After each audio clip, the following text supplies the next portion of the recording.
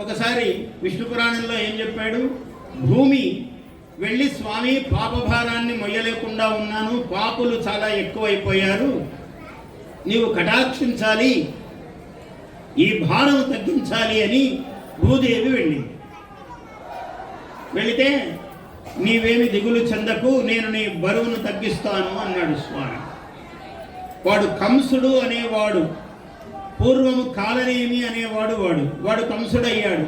వాడు చెయ్యని హింస లేదు ఈ కంసుడు. అందువల్ల మమ్మల్ని రక్షించాలి, నన్ను రక్షించు అంటే యజ్ఞయాగాలు జరగనీయడు, దేవాలయాల్లో పూజలు జరగనీయడు, ఏదైనా దాన ధర్మాలు జరగనీయడు, స్నానము తపస్సు చేసుకుందామంటే వాళ్ళందరినీ చెదరగొట్టి బెదరగొట్టుతున్నాడు. ఇట్లాంటివన్నీ ఎలా నియమించాలి అన్నాడు.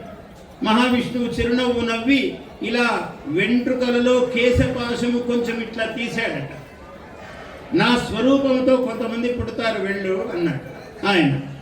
ఏమిటి? మాయా, విష్ణు మాయా శక్తిని పంపించాడు.